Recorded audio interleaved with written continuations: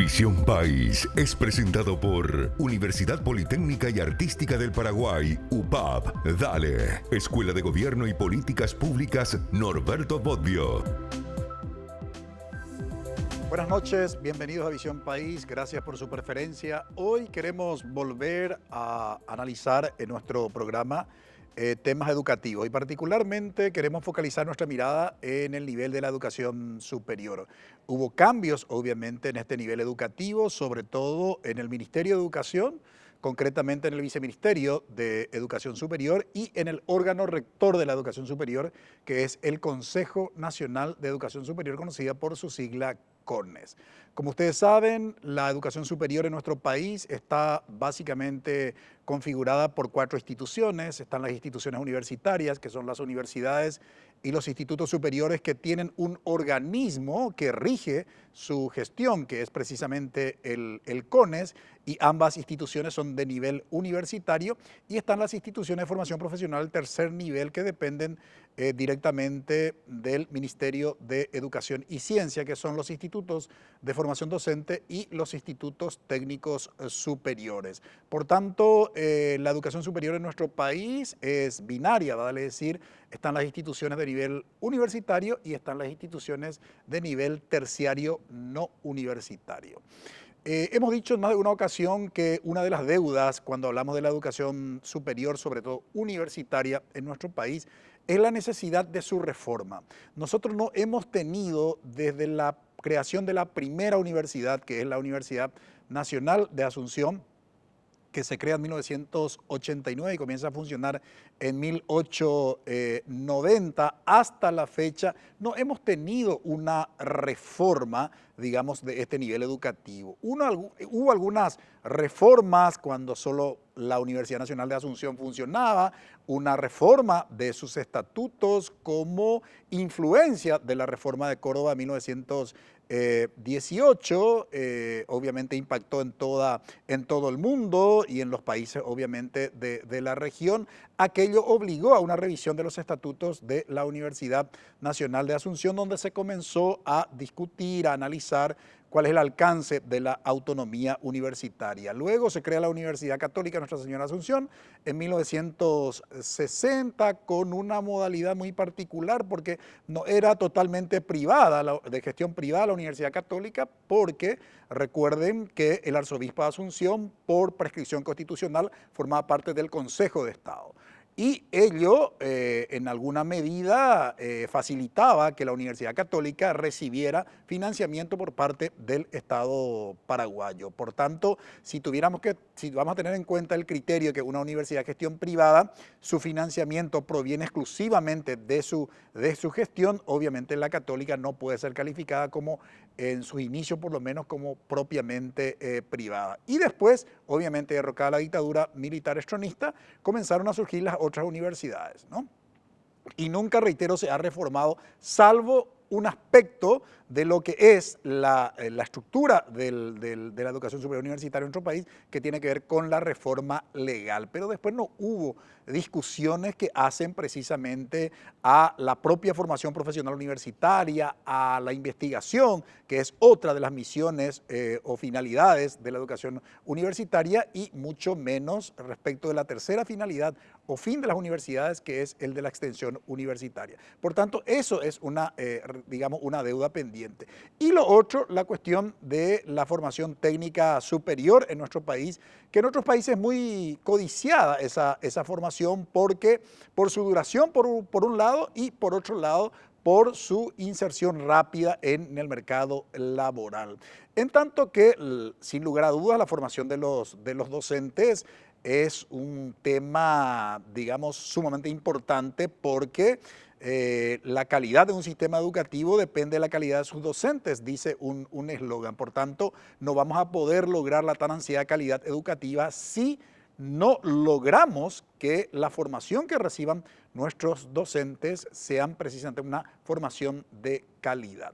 Para hablar de la situación de la educación superior en Paraguay, le tenemos como invitado anteriormente panelista de este programa, digamos, un gran amigo de Visión País, un amigo personal, hoy ocupando un cargo de responsabilidad política en el Ministerio de Educación y Ciencia, el doctor David Velázquez Seyfried, viceministro de Educación Superior. Muy buenas noches, viceministro, y gracias por haber aceptado la invitación.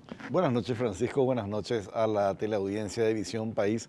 Al contrario, es un placer reencontrarnos de esta forma, pero hoy para hablar desde otro lugar, que es desde el lugar de la gestión y de la dirección del Viceministerio de Educación y Ciencias.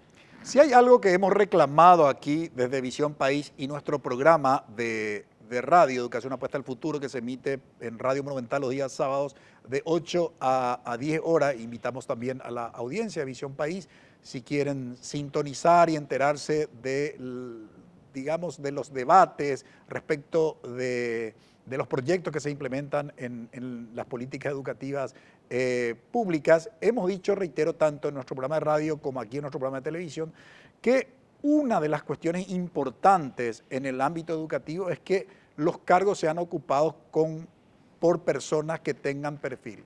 Sin lugar a dudas, ¿quién podría poner en tela de juicio el perfil y la formación académica del actual viceministro de Educación Superior? Pero sabemos que tampoco el perfil es suficiente, una condición necesaria, como solemos decir, pero no es una condición suficiente porque depende de otros factores que en muchos casos no depende exclusivamente de la responsabilidad individual del que ocupa el cargo, sino cuestiones de financiamiento, cuestiones que tienen que ver con otros poderes del Estado. De todo eso vamos a estar hablando durante el desarrollo de nuestro programa.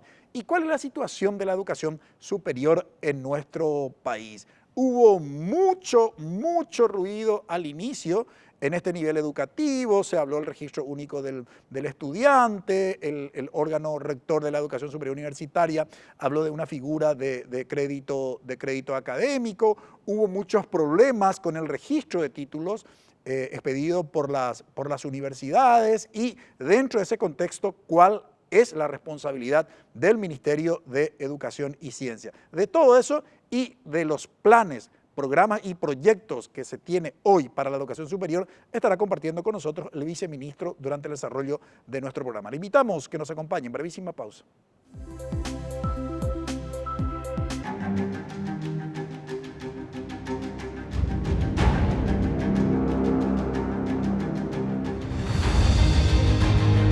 ¿Vas a dejar que te quede grande? Inscríbete. UPAP, dale. En NPI, Dante Melgarejo, Carolina Arévalo, Juan Carlos Vareiro y Juan Ángel Obando ponen la información más destacada al servicio de la gente. Un caso que conmocionó no solamente a Villamorra, prácticamente a todo el país, teniendo en cuenta la forma en que se dieron los hechos, en un horario donde había muchísimo movimiento y es lo que llama más la atención. Claramente fue algo que se dio en el momento. Aparentemente ellos ya estaban cometiendo algunos golpes, es lanzado del vehículo y el acompañante toma el volante. Un camión con inconvenientes utilizó la rampa. Con esto son más de 20 usos exitosos salvando vidas. Turno mañana, lunes a viernes, 9:30 horas, NPI, donde la información nos conecta con la gente.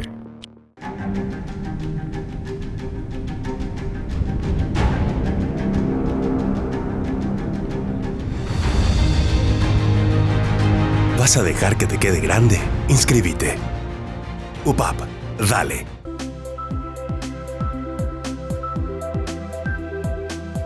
La situación de la educación superior en nuestro país es el tema de análisis. Nos acompaña el viceministro de Educación Superior del Ministerio de Educación y Ciencias, el doctor David Velázquez Seyfried. Viceministro, antes de comenzar a hablar del diagnóstico de la educación superior en nuestro país, ¿cuál es la responsabilidad que tiene el Ministerio de Educación y Ciencias y particularmente el Viceministerio de Educación Superior y Ciencia, porque esa es la denominación de la ley que establece la Carta Orgánica del MEC en relación con el tema de la educación universitaria?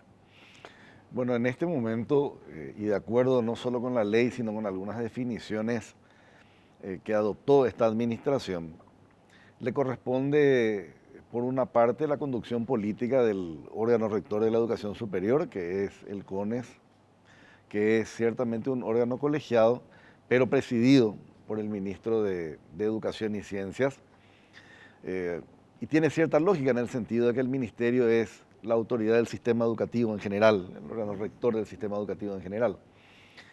Y por otro lado, en el ámbito del Viceministerio de Educación y Ciencias tiene funciones bastante más acotadas a este sector de la educación que mencionabas al presentar el cuadro institucional, que es el de la formación terciaria no universitaria, en particular los institutos de formación docente y los institutos técnicos superiores. También tiene atribuciones en el marco de los centros regionales de educación.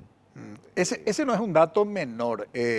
¿Por qué finalmente se asigna esa responsabilidad al Viceministerio de Educación Superior? Entiendo que esta fue una discusión que se produjo durante la elaboración de la Carta Orgánica, así que desconozco las razones por las cuales se asignó al Viceministerio de Educación Superior, porque en realidad en un centro regional de educación se encuentran presentes y tratan de articular acciones todos los niveles educativos, desde el nivel inicial hasta el nivel de la formación docente. Entonces tienen una entidad y una dinámica propias y distintas a las demás instituciones educativas, porque se reúnen en consejo, tienen directores generales y después tienen direcciones por nivel. Pero es una decisión que se tomó al momento en que se elaboró la Carta Orgánica en el 2017 y quedó la estructura dentro del Viceministerio de Educación y Ciencias, cuando que en rigor el otro ámbito del Viceministerio de Educación y Ciencias es sobre todo el instituto, los institutos de formación docente. Aprovechando tu área de investigación, viceministro, que es Historia de la Educación, los centros regionales de educación en un momento dado han cumplido un rol muy importante dentro del sistema educativo. ¿En qué consistió la responsabilidad o cuál fue el objetivo con la creación de los centros regionales? Porque se crearon digamos, en ciudades capitales departamentales del país, no en todas, pero en las más importantes en aquel entonces. Estamos hablando de finales de la década de los 60. A principios de los 60, en el 63, ya. se crean los centros regionales de educación con la misión de la que estábamos hablando, de reunir en un solo espacio todos los niveles educativos, pero con otros atributos que con el tiempo se fueron diluyendo, por ejemplo, la investigación educativa.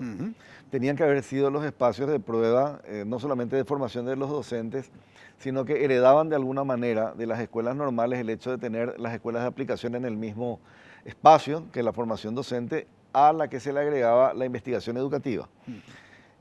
Al principio cumplieron este rol con mucha eficacia, fueron instituciones de referencia, pero con el paso del tiempo estas definiciones se fueron atenuando y la idea hoy es tratar de recuperar, porque es un potencial el que existe en los centros regionales de educación en términos de que una persona que se está formando para docente tiene la posibilidad de hacer su paso, su pasantía, su práctica profesional en el mismo lugar en el que se forma. Entonces, la inmediatez es un factor ventajoso para la formación docente. Y por otro lado, recuperar el rol de investigador también va a servir para probar pedagogías didácticas innovadoras, evaluarlas en un ambiente institucional apropiado. Y eso falta, digamos, en general en educación, esa conexión entre la práctica y la investigación que se puede hacer a partir de la práctica. Y para eso los CRE son, sin ninguna duda, espacios privilegiados. Y en ese contexto, y hablando ya de la responsabilidad del Viceministerio de Educación Superior, que es la gestión de los institutos de formación docente, no deja, reitero, de ser interesante ese modelo, porque funcionando un instituto de formación docente, a su vez tiene los otros niveles educativos, no solamente para la práctica de los estudiantes como requisito para la graduación, sino como un importante laboratorio pedagógico. Sí, creo que ese es el potencial más interesante. Incluso ahora, Francisco, estamos hablando de la posibilidad de articular los institutos de formación docente con aquellas universidades regionales que existan en su zona, para que el docente que está en un IFD, en un instituto de formación docente, pueda sumarse a los equipos de investigación de las universidades y de alguna manera canalizar también todo el saber del espacio universitario hacia las reformas, los cambios y la evolución de la pedagogía y la didáctica y de los conocimientos específicos de la institución educativa desde el nivel inicial hasta el final de la educación media. Así que creo que esa articulación puede ser muy útil en esos términos, en términos de innovación, en términos de prueba, práctica, lo que estás diciendo, laboratorios pedagógicos, y se está trabajando con algunas universidades que quieren asumir esta idea de articulación. Es importante señalar, viceministro, que la formación docente en nuestro país es terciaria, no universitaria, aunque hay varias disposiciones legales que atribuye también la responsabilidad formativa a las instituciones universitarias, léase universidades e institutos superiores, pero la formación es terciaria, no universitaria, reitero, independientemente que sea una institución universitaria la que ofrezca la formación de los docentes. Esto significa de que la formación de los docentes, aunque sea una universidad o un instituto superior el que gestiona, siempre entra bajo el régimen del Ministerio de Educación. Lo que pasa es que ahora hay también ofertas educativas que consisten en la licenciatura en el profesorado de. Entonces eso introduce una discusión institucional y también epistemológica en el sentido de cuál es qué es lo que se espera que se desarrolle como saber en una persona que se forma en el nivel terciario, no universitario, y en una profesión aparentemente terciarizada en el nivel superior. Entonces creo que ahí hay todavía un campo por discutir y por enriquecer, pero creo que es un campo desafiante, si yo no lo veo necesariamente como un obstáculo, sino como una posibilidad. Sí también siempre haciendo reserva, prudencia, con la idea de que todo tiene que ser universitarizado para tener prestigio. El diálogo de los IFD prioritarios con las aulas. Más allá de que su horizonte pueda ser la educación superior, su meta es el aula, y en el aula de colegios y de escuelas está la materia prima de la formación del docente. Entonces, creo que independientemente de que tenga nivel terciario no universitario o se elabore como una licenciatura, como un grado universitario, el desafío siempre va a ser el mismo. Es decir, como decías al principio, ¿cómo formamos a los que forman? Ese es el desafío, independientemente del lugar en el que ocurra. Ese no es un dato menor, viceministro, por lo siguiente. Yo suelo ser muy crítico con lo que fue la implementación de la reforma de los 90 en América Latina y particularmente en Paraguay. Y he dicho en más de una ocasión que una de las deudas pendientes también que tenemos en nuestro país es la reforma del subsistema de formación docente.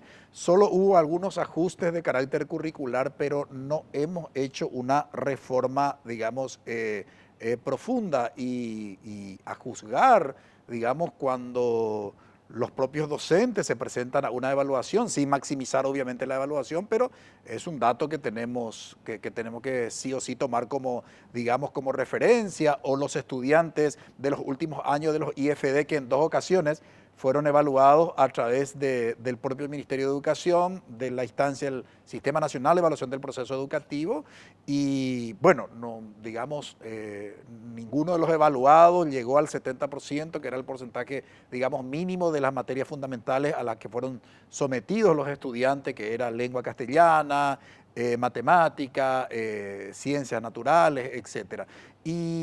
Y eso nunca hubo una revisión, digamos, ¿verdad? Y yo estoy seguro que muchos de los que, digamos, formaron parte de esa evaluación hoy están en aula, y ahí no hubo algún ajuste, alguna reforma, ¿no? Entonces, sigo sosteniendo que es como una tarea pendiente. Dentro de ese contexto, usted asumió hace poco, digamos, el Viceministerio de Educación Superior. Si bien ya con este gobierno usted formó parte del Ministerio de Educación, pero estuvo en otro viceministerio. Hoy puntualmente, ¿qué plan se tiene como innovación dentro de la formación docente? A ver, voy a tratar de que no sea en orden de jerarquía, pero creo que una de las innovaciones más importantes es el próximo desarrollo de los centros de formación docente especializados, los CEFED. Son 6 centros que en realidad se van a formar sobre la base de IFDs ya existentes, que van a ofrecer las modalidades que ofrecen hasta hoy, pero se van a especializar en un área determinada, y son de momento 6. Ciencias sociales, ciencias naturales, matemáticas, educación inclusiva, o inicial, perdón, inicial, interculturalidad y el sexto, no estoy recordando ahora mismo, pero son seis especialidades. Entonces, la gente va a tener la opción de formarse en la formación inicial en un IFD y después pasar a otro. Comunicación, es el otro, comunicación. Y va a tener la opción de pasar a un centro donde va a poder adquirir mayores conocimientos acerca del área del área en que desea especializarse. Entonces, esa creo que es una innovación interesante porque estos CEFED van a tener sus áreas de investigación. O sea, vamos a recuperar este concepto del CRE, de la investigación en el campo en el cual se especialice este CEFED, este IFD reformado y ampliado. Creo que ese es un cambio importante porque, digamos, sin alterar la esencia, la naturaleza del IFD, le agrega cosas que son sustanciales en términos de la mejoría de la calidad de la formación del docente. Esa es una innovación. La otra es una mayor articulación con los niveles. Eso es una articulación interna dentro del ministerio. Nuestra impresión, y es compartida internamente por los funcionarios más antiguos del propio ministerio y por los especialistas, como en tu caso, es que a veces la formación del docente camina por un carril y lo que ocurre en las aulas camina por un carril. Entonces, nosotros necesitamos que el Instituto de Formación Docente sea la referencia formativa de la zona. No planteamos la exclusividad en términos de ustedes sí, nosotros sí, ustedes no. Pero sería natural que en un IFD, por ejemplo, haya un seminario para directores con respecto a programas como Hambre Cero.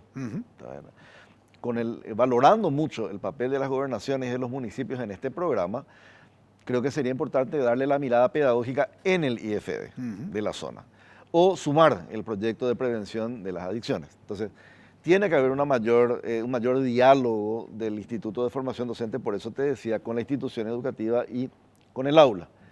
La otra idea es trabajar con la idea de un docente investigador de su propia práctica, o sea, que pueda sistematizar su práctica, porque, volviendo sobre lo que te decía, antes la materia prima de su formación es lo que ocurre en el aula.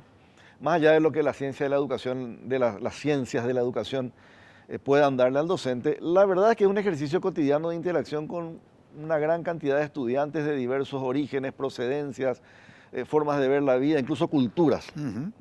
Entonces, eso no tiene sustituto y eso, sin embargo, no está sistematizado. No vamos al aula y nos encontramos a veces con un currículum rígido, una malla de estudios muy rígida, que no aborda estas situaciones. La otra propuesta nuestra es incorporar la enseñanza de los dispositivos universales de aprendizaje a la formación inicial del docente. Hoy, las tareas relacionadas con la inclusión y las adaptaciones se están dando a nivel de tecnicaturas complementarias, técnico-docente o cursos complementarios, pero la verdad es que el docente comienza el año ya con un escenario desafiante de niños que tienen distintas actitudes. Entonces, no podemos esperar a que llegue la tecnicatura para complementar su formación. Ese sería el otro cambio, así como estamos viendo en el ministerio hoy por hoy. Eso no significa que no podamos avanzar hacia otros cambios que son importantes. Pensamos, por ejemplo, y estamos trabajando en ello, en que tiene que haber formación docente para la educación técnica agropecuaria. Gran parte de la riqueza nacional está en el agro y los programas como IPA, Bachillerato Técnico Agropecuario, y las escuelas agropecuarias necesitan que los profesionales que estén en aula, los catedráticos, tengan, además del conocimiento de su especialidad, la mirada de la productividad, la mirada de las condiciones del agro, la mirada sociológica respecto del agro, etc. Y luego, Francisco, introducir, mejorar, si se quiere ser más detallista, en términos de profesorados por nivel. Hoy tenemos una sobreoferta en los niveles iniciales, déficit en cátedras, y áreas como las tecnicaturas superiores que no tienen procesos formativos específicos del profesorado. Un egresado de una institución, de un instituto técnico superior, podría prepararse para enseñar en un instituto técnico superior, ¿no? Entonces, creo que esos son, digamos, como lineamientos que estamos abordando, todo incluso a lo mejor dentro del ejercicio de completar un panorama, un rompecabezas que luce todavía con muchos vacíos. Pero aún así, Francisco, creo que falta dar todavía esa discusión más profunda de la que estabas hablando en el planteamiento, ¿verdad? No deberíamos digamos, dejar de lado por la introducción de estas estrategias las discusiones que son permanentes y cada vez más acentuadas por lo desafiante que es el escenario contemporáneo de la educación. No porque introduzcamos estas medidas la cosa está resuelta, al contrario. Introducir esto nos va a crear nuevos desafíos, nuevos desafíos, nuevos desafíos. Las tecnologías siguen siendo un aspecto desafiante para el docente, tanto las tecnologías blandas y clásicas de la pedagogía tradicional como las tecnologías basadas en la introducción de las ciencias duras o de la tecnología dura, ¿verdad? Y son varios desafíos, pero los que te cité son cuestiones concretas sobre las que estamos trabajando hoy. El viceministro plantea cuestiones relevantes en términos de lineamientos de lo que tiene el Ministerio de Educación y Ciencia y particularmente el Viceministerio de Educación Superior en lo que hace a la innovación, a la reforma dentro del subsistema de formación docente. Pero, y este es un término que se atribuye a Karl Marx, quien educa a los educadores no es una pregunta menor, en el sentido en que si bien todos esos lineamientos se establecen, el tema es qué se va a hacer con aquellos que enseñan en los institutos de formación docente, porque aquí también podemos recordar aquella expresión de Albert Einstein cuando se refería al concepto del principio de la locura, realizar la misma actividad varias veces y esperar que dé resultados distintos. Eso por un lado, y esa pregunta le va a trasladar al viceministro a la vuelta de la pausa. Por otro lado, el mayor desafío, obviamente, para un sistema educativo es modificar la práctica del docente en aula. Tarea extremadamente compleja, porque todas las reformas educativas que se han implementado a nivel mundial, en su gran mayoría, para no generalizar, ese fue una de las grandes debilidades, ¿no? Se planteó una nueva política pública, pero el docente no cambió su práctica en el aula. Y sabemos que la calidad del aprendizaje, la calidad de la educación pasa por la práctica del docente en aula. De eso hablamos a la vuelta de la pausa.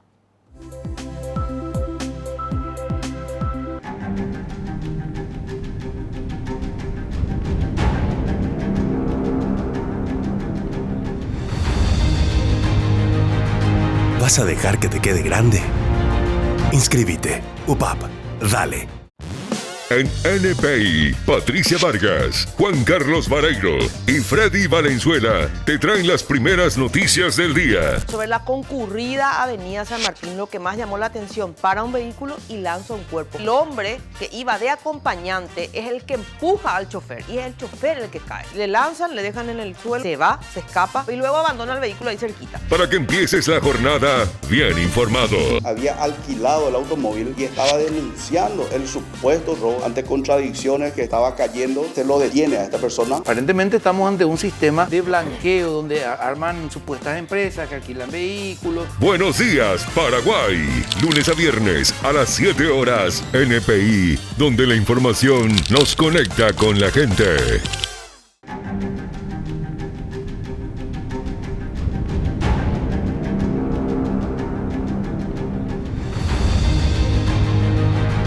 ¿Vas a dejar que te quede grande? Inscríbete. UPAP. Dale. El programa en donde se pregunta lo que se tiene que preguntar y se dice lo que se tiene que decir. Nadie le puede obligar a que se queden en un negocio en donde están perdiendo plata. Habíamos presentado una oferta, nunca nos respondieron. Tenemos que empezar a movernos ya en una dirección que cambie radicalmente el servicio. Políticamente incorrecto. Retransmisión, lunes 18 horas, NPI, donde la información nos conecta con la gente.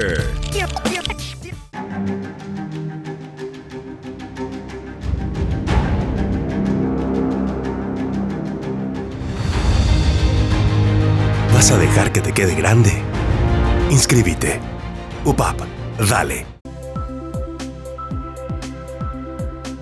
En el bloque anterior nos habló el viceministro de Educación Superior de los lineamientos que tienen como programa, proyecto, plan para la innovación, para la reforma de la formación docente en nuestro país. Como decíamos, hay un eslogan que dice que la calidad de un sistema educativo depende de la calidad de sus docentes. No podemos pensar en una calidad de la educación si no tenemos una calidad en la formación profesional de nuestros educadores. Pero el desafío estaba, antes de ir a la pausa, había planteado, bueno, ¿quién educa a los educadores? Es decir, estamos hablando de los profesores de los institutos de formación docente. Eso habría que probablemente, y voy a trasladar la pregunta al viceministro, ¿qué cambios se van a hacer, digamos, ahí? De tal manera que esta innovación, esta reforma dentro de su sistema de formación docente pudiera traducirse en la modificación de la práctica de los docentes en el aula. Puntualmente, viceministro, en relación con el tema de los docentes de los institutos de formación docente, dentro de esta innovación que están queriendo hacer, ¿quiénes son ahora o qué perfil se va a exigir para aquellos que forman a futuros docentes? Todavía no hay definición de ese perfil para los CEFED. Quiero aclarar eso para ser muy exacto en la información. Eso forma parte del proceso que se viene ahora. Hoy lo que tenemos son los diseños de estos espacios finalizados y se va a trabajar en el contenido y en el perfil. Pero hay algunas cosas, Francisco, que creo que somos todos conscientes de que están pasando, valoraremos de manera distinta, pero hoy, después de que durante los últimos años hubo muchos programas formativos para docentes en niveles superiores de educación como maestrías y doctorados, son muchos los IFD, por lo menos los de gestión pública, que tienen doctores en educación en sus planteles. Eso es un cambio interesante, cualitativo, importante. Ojalá, la idea es que los dejemos trabajar con todo aquello que aprendieron al obtener estos grados, ¿verdad? Pero creo que es un cambio importante en el perfil de los planteles de IFD. Lo segundo es que hoy también tenemos, aparte, digamos, de los IFD, en programas como Ñeere, tenemos docentes que actúan como mentores de otros docentes. Por ejemplo, los gestores de lectura del programa Ñeere. Los gestores de lectura del programa Ñeere son profesores que recibieron una formación específica para observar la dinámica de un aula. Entonces, lo que estabas diciendo sobre lo que ocurre en el aula, tenemos dos caminos. Uno, que sea el IFD el que haga las reformas, las innovaciones, y otro el que está pasando hoy, que no tienen por qué ser incompatibles, pero es mentores observando prácticas de aula y corrigiendo en el aula las prácticas, o sea, haciendo devoluciones en el aula. Me refiero a que tienen cierta inmediatez en el marco del programa Ñeere, y lo mismo con matemáticas. Entonces, el fondo de todo esto, Francisco, es que, otra vez volviendo a lo que te decía en algún momento, no ocurran cosas en las aulas que no tengan su correlato en el IFD. Entonces, el Ministerio hoy tiene iniciativas como, por ejemplo, el Programa de Desarrollo de la Oralidad en la primera infancia, que es el programa NELI, que es resultado de un acuerdo con la Universidad de Oxford. Eso tiene que pasar en el IFD, porque a la larga el sustento de este programa va a pasar por la formación inicial del docente. Hace unos días tuvimos un encuentro con el especialista José Antonio Fernández Bravo, que es el especialista de matemáticas para nosotros, que trabajó durante este tiempo con el docente de aula y con los mentores de matemáticas. Bueno, ahora trabajó su última etapa con los directores de IFD. Entonces, la idea es que el IFD sea el que le dé sostenibilidad a las iniciativas, pero para eso, como te decía, tenemos que trabajar mucho, incluso internamente, en la articulación intrainstitucional entre los IFD y los niveles, y los IFD y las escuelas, ¿verdad? Esa es la respuesta hoy, y reitero, requiere todavía de un desarrollo mayor, porque la idea de tener institutos especializados va a requerir perfiles especializados, va a requerir docentes investigadores muy parecidos a aquellos que están en las universidades, va a requerir especialistas por área que tengan conocimientos de didáctica para que transformen su saber en un saber enseñable, analistas de la práctica docente, va a requerir otro ambiente institucional el desarrollo de estos CEFED para que no sea la escala de lo que hoy tenemos. Y creo que sí, ese es un desafío que todavía tenemos sobre la mesa, si bien es cierto, después de haber concluido la etapa de diseño arquitectónico de los CEFED, entramos ahora en la etapa del diseño curricular. Ahora, tenemos muchísimos doctores y magíster en educación que se han beneficiado con el proyecto de Becal y fueron a instituciones prestigiosas a nivel mundial, algunos de ellos a los Estados Unidos, otros universidades de la región, de América Latina, otros en Europa, otros en Asia. ¿Existe algún plan como para incorporar? Porque vienen con un nivel de formación, obviamente, no quiero decir superior a los que se forman aquí, pero sí con alguna ventaja porque fueron estudiantes de tiempo completo, entonces se dedicaron más a la investigación. El nivel de exigencia también, obviamente, y los medios es disponibles mayores también. Asimismo, los medios, los recursos de lo que se disponía y de lo que el Estado invirtió en ellos. ¿Existe, viceministro, un plan para que estos magísteres, doctores en educación pudieran colaborar en esta transformación del subsistema de formación docente?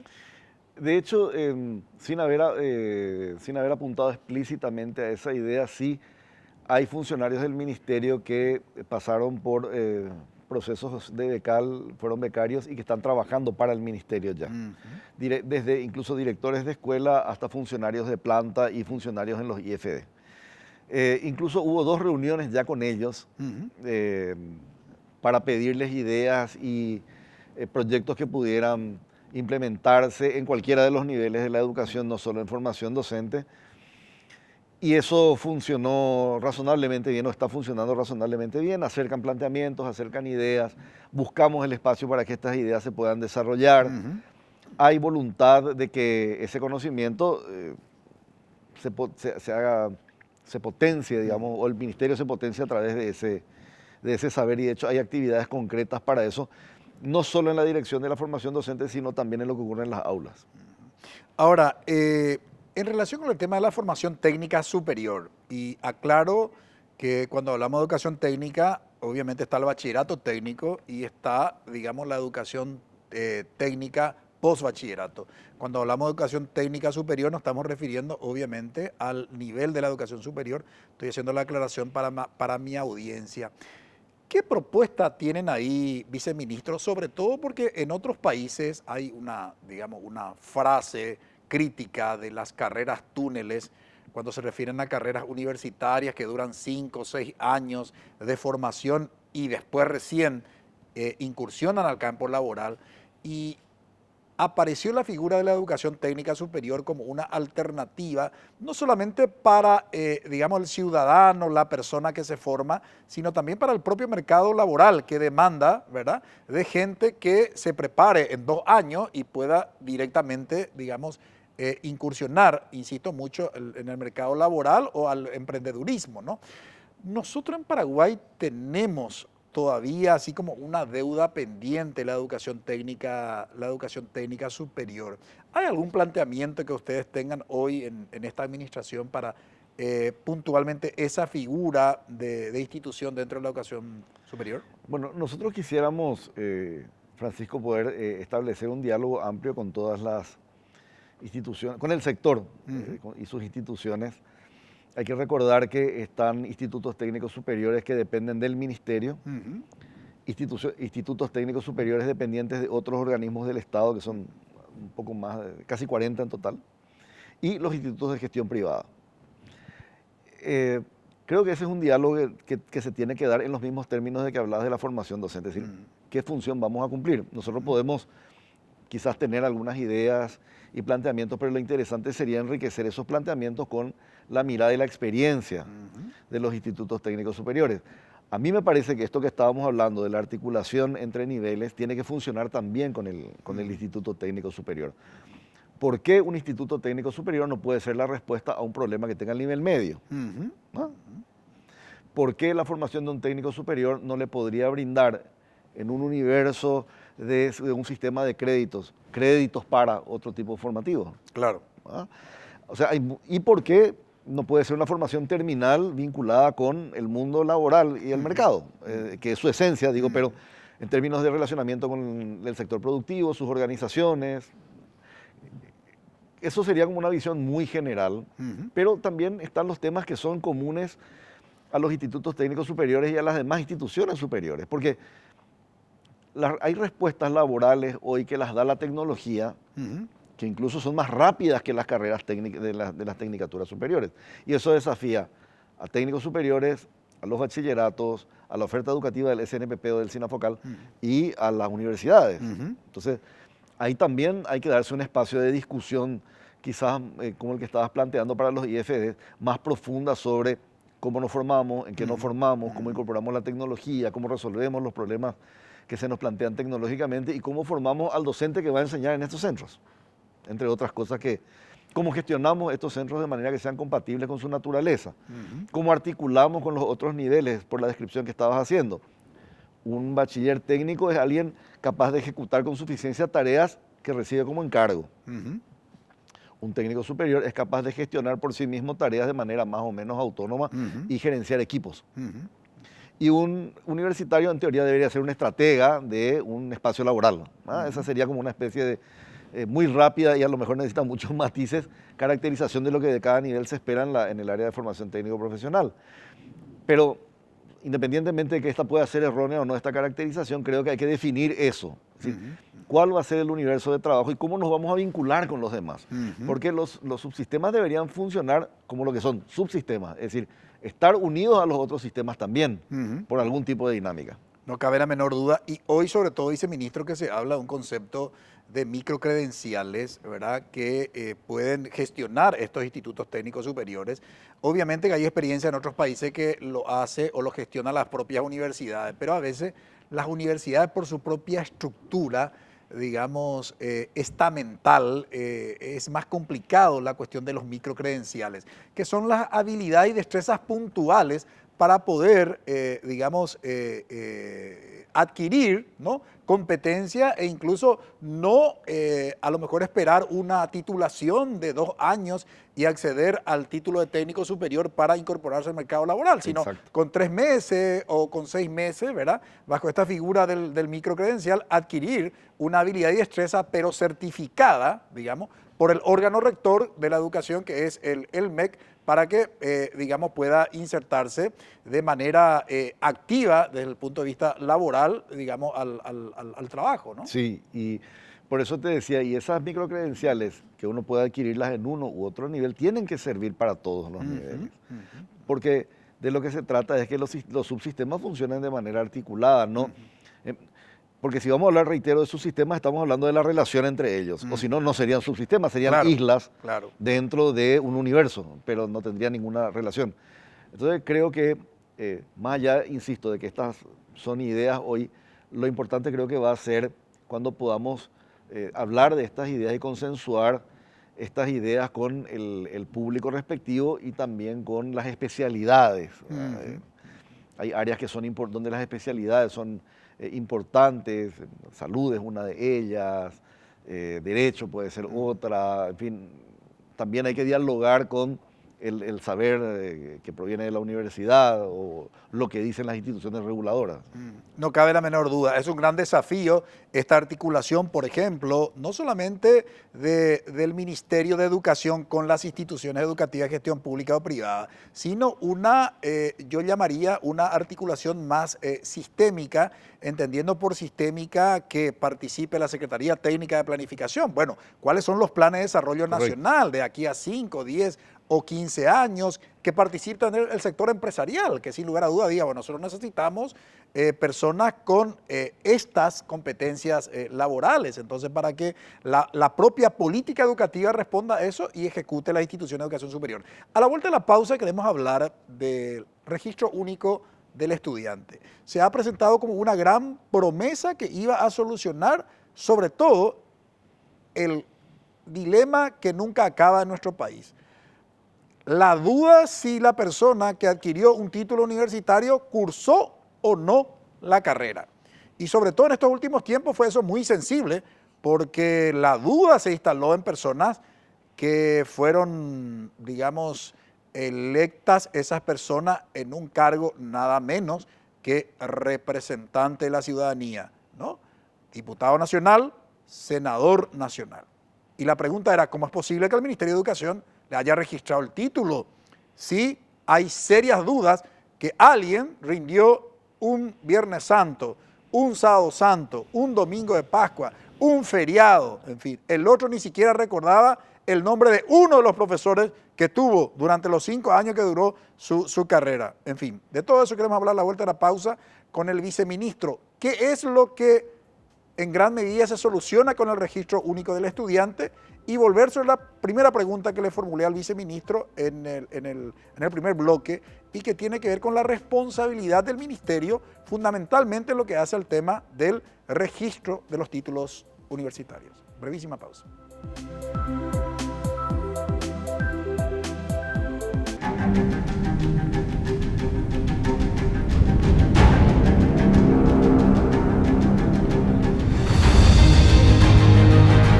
¿Vas a dejar que te quede grande? Inscríbete. UPAP, dale. En NPI, Dante Melgarejo, Carolina Arévalo, Juan Carlos Vareiro y Juan Ángel Obando ponen la información más destacada al servicio de la gente. Un caso que conmocionó no solamente a Villamorra, prácticamente a todo el país, teniendo en cuenta la forma en que se dieron los hechos, en un horario donde había muchísimo movimiento, y es lo que llama más la atención. Claramente fue algo que se dio en el momento. Aparentemente ellos ya estaban cometiendo algunos golpes, es lanzado del vehículo y el acompañante toma el volante. Un camión con inconvenientes utilizó la rampa. Con esto son más de 20 usos exitosos salvando vidas. Turno mañana, lunes a viernes, 9:30 horas, NPI, donde la información nos conecta con la gente.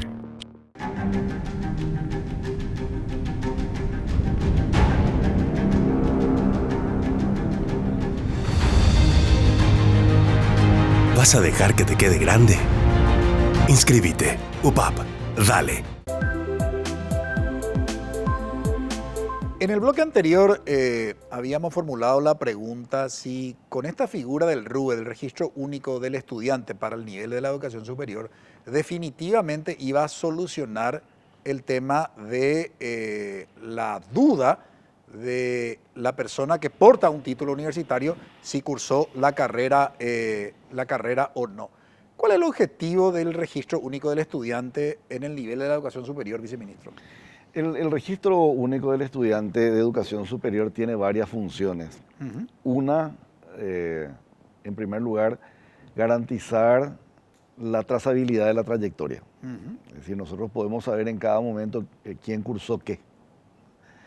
Esa sería una de las finalidades. La otra, Francisco, tanto como resolver el problema de quién cursó qué, es cuántos estudiantes hay. Ya. Por lo menos, es decir, en todos los niveles de la educación superior, ¿no? Esa también era una pregunta que era difícil. Nadie sabía cuántos estudiantes teníamos acá, o ya teníamos que esperar a que el Instituto Nacional de Estadística produzca estadísticas poblacionales generales del país para tener una aproximación. Hoy podemos saber, tenemos a más del 90% de las instituciones de rango universitario inscritas en el RUE y trabajando, interactuando ya con el RUE de Educación Superior. Perdón, eso permite también, viceministro, algo que por mucho tiempo, cuando los que nos dedicamos a la investigación necesitamos disponer de datos estadísticos, Paraguay siempre aparecía en la literatura, ¿verdad? Con la expresión S/D, sin datos. Sin datos. ¿Verdad? Entonces yo decía, no solo es un problema para los investigadores, sino un problema para la formulación de políticas públicas. Totalmente. Porque si no tenés datos objetivos, básicamente, ¿sobre qué vas a diseñar la política? Hoy, esa sería la tercera función, disponibilizar información útil para la toma de decisiones de política pública en materia de educación superior. Hoy, con el estado del RUE, hoy, así como está hoy, nosotros podemos tener un mapa completo de la oferta educativa paraguaya, desde el nivel inicial hasta el nivel superior.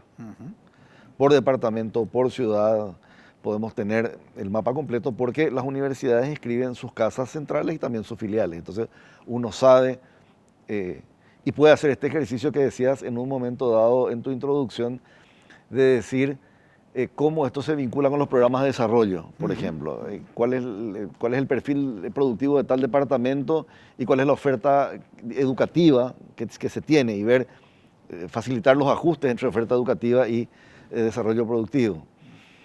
De hecho, hoy mismo hay unos 50 gráficos generados por el RUE que están disponibles en el sitio web del Ministerio, a los cuales se puede acceder. Y son informaciones generales, pero además, a través de datos abiertos, se pueden combinar, el investigador puede combinar otros ejercicios, puede hacer otros ejercicios de combinación de variables para tener otros datos sobre la educación superior. Es decir, este RUE hoy como está, nos brinda muchísima información básica, incluyendo la información básica de la trayectoria del estudiante hasta cierto punto, porque los componentes que tiene el RUE de Educación Superior, esto lo saben los investigadores, pero me gustaría contarle a la ciudadanía, son primero la identidad de los estudiantes, segundo la malla curricular de las ofertas, las mallas curriculares de las ofertas educativas. Obviamente uno va a saber también con esto cuáles son las instituciones de educación superior que ofertan y que están ofertando. Y en tercer lugar las calificaciones. Si bien es cierto, hay desnivel en las cargas de datos, es abrumadora la carga de datos individuales, pero todavía mallas curriculares está en un estado, digamos, como incipiente, calificaciones finales bastante más alto, pero sin alcanzar todavía un número superior al 50%. En algunos casos, en algunos casos, el RUE puede emitir un certificado de estudios provisorio para algunos estudiantes. En aquellas universidades que ya hayan cargado toda la malla curricular de alguna carrera y el estudiante se inscribió en el RUE o tenemos la inscripción desde el inicio y sus calificaciones, hoy puede tener un certificado de estudios no oficial, porque no es de la universidad, pero sí en función de lo que la universidad carga en el RUE, porque la carga la hace la universidad. Claro. La universidad carga y cura además los datos, es decir, se asegura de la calidad de esos datos. Entonces, eso también va a cambiar con el tiempo, en la medida en que resolvamos o afrontemos nuevos desafíos, eso va a cambiar. Por ejemplo, en el caso de la educación superior de los IFDs, vos tenés variantes como si se trata de un docente que pertenece a un pueblo indígena o un estudiante que pertenece a un pueblo indígena o un estudiante o docente que tiene algún tipo de discapacidad. Eso, por ejemplo, todavía no figura en el RUE de universidades. ¿Por qué? Y posiblemente porque todavía no hay políticas de inclusión muy desarrolladas en el nivel, no sé, estoy especulando, pero digo, en el momento en que las universidades asuman ese desafío, también seguramente se introducirán otras variables a registrar en el registro único del estudiante. Entonces, es un registro dinámico, no es terminal, no es que vamos a concluir en algún momento dado el trabajo, sino que se va a perfeccionar. Hoy la fotografía del RUE es esa. Tenemos un número importante de universidades ya interactuando y de institutos superiores interactuando en el RUE, cargando datos en distintos niveles y velocidades según también posibilidades tecnológicas, capacidad que tengan para carga de datos, etc. Y hay un servicio permanente de asesoramiento a las instituciones para que puedan realizar esta carga. Va a terminar siendo una herramienta de utilidad para todo el mundo, porque incluso, Francisco, va a permitir toma de decisiones institucionales. El RUE puede emitir un dato sobre alguna universidad en particular, calificaciones en tal área, tenemos que trabajar más en esta área. Tengo un promedio, veo por año, etc. Entonces, también va a ser un instrumento útil para la propia institución universitaria en términos de mejorar la calidad de sus aprendizajes.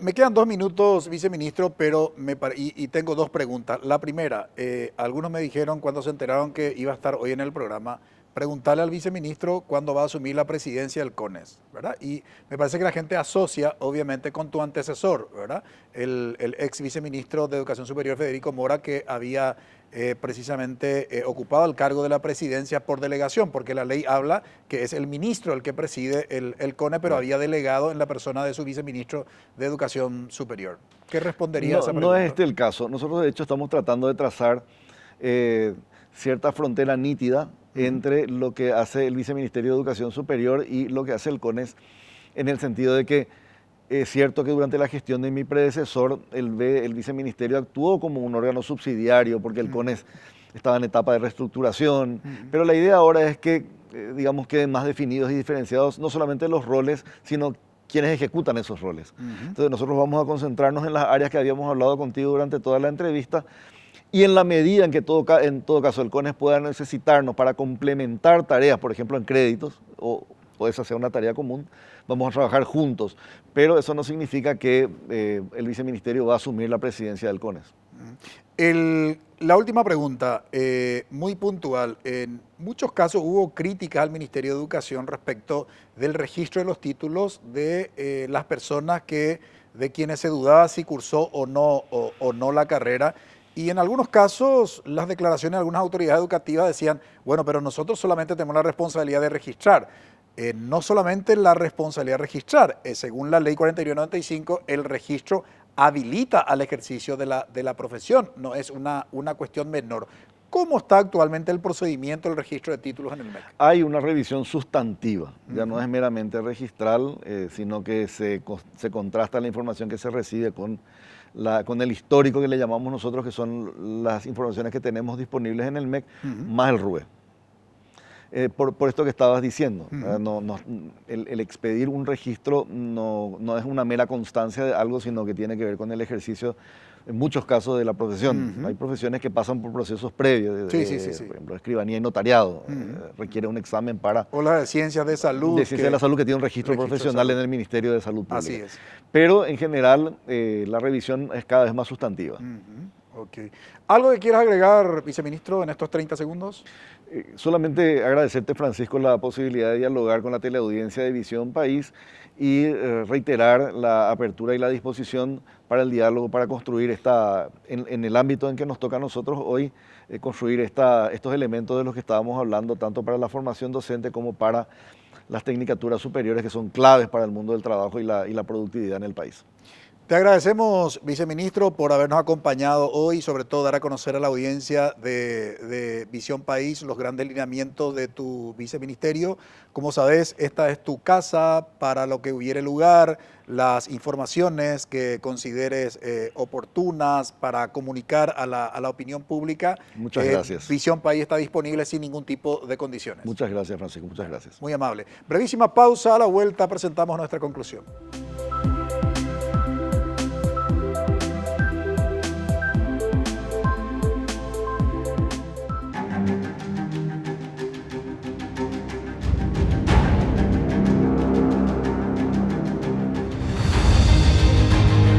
¿Vas a dejar que te quede grande?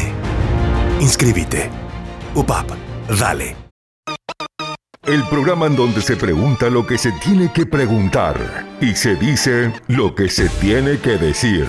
Nadie le puede obligar a que se queden en un negocio en donde están perdiendo plata. Habíamos presentado una oferta, nunca nos respondieron.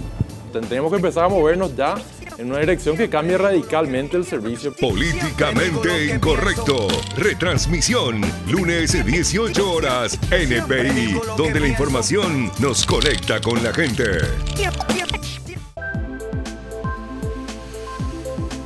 La situación de la educación superior en Paraguay ha sido el tema de análisis. Nos acompañó el doctor David Velázquez Seifergel, viceministro de Educación Superior. Sin lugar a dudas que este nivel educativo, el de la educación superior, requiere de transformaciones estructurales profundas. Y ahí básicamente hay que considerar lo que hace al nivel universitario, que el órgano rector no es el Ministerio de Educación y Ciencia, sino el Consejo Nacional de Educación Superior. Por tanto, el ministerio poco o nada es lo que puede hacer ahí.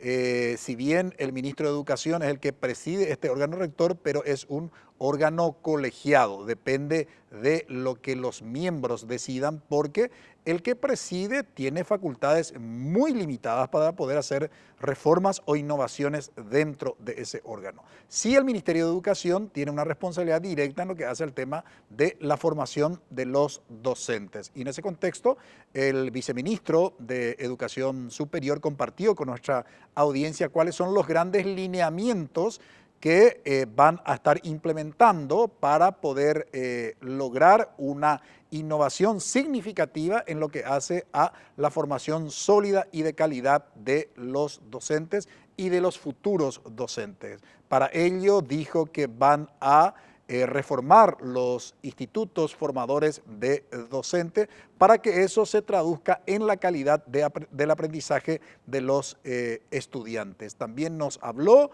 de cómo se va implementando el registro único del estudiante, el nivel de la educación superior, que permite una trazabilidad, es decir, un historial de los estudiantes, y no solamente de los estudiantes, sino también de las propias instituciones, que trae consigo no solo la trazabilidad, sino trae también fundamentalmente la transparencia. Con ello se evita que algunas universidades estén vendiendo títulos. Y por supuesto queda como la gran deuda la reforma de este nivel educativo que con los lineamientos que hoy compartió el viceministro de Educación Superior, se estará iniciando esa necesaria reforma, por lo menos de 2 instituciones, los institutos de formación docente y los institutos técnicos superiores. Agradecemos su preferencia, que todos tengan un buen inicio de semana. Buenas noches. Visión País es presentado por Universidad Politécnica y Artística del Paraguay, UPAP, Dale, Escuela de Gobierno y Políticas Públicas Norberto Bobbio.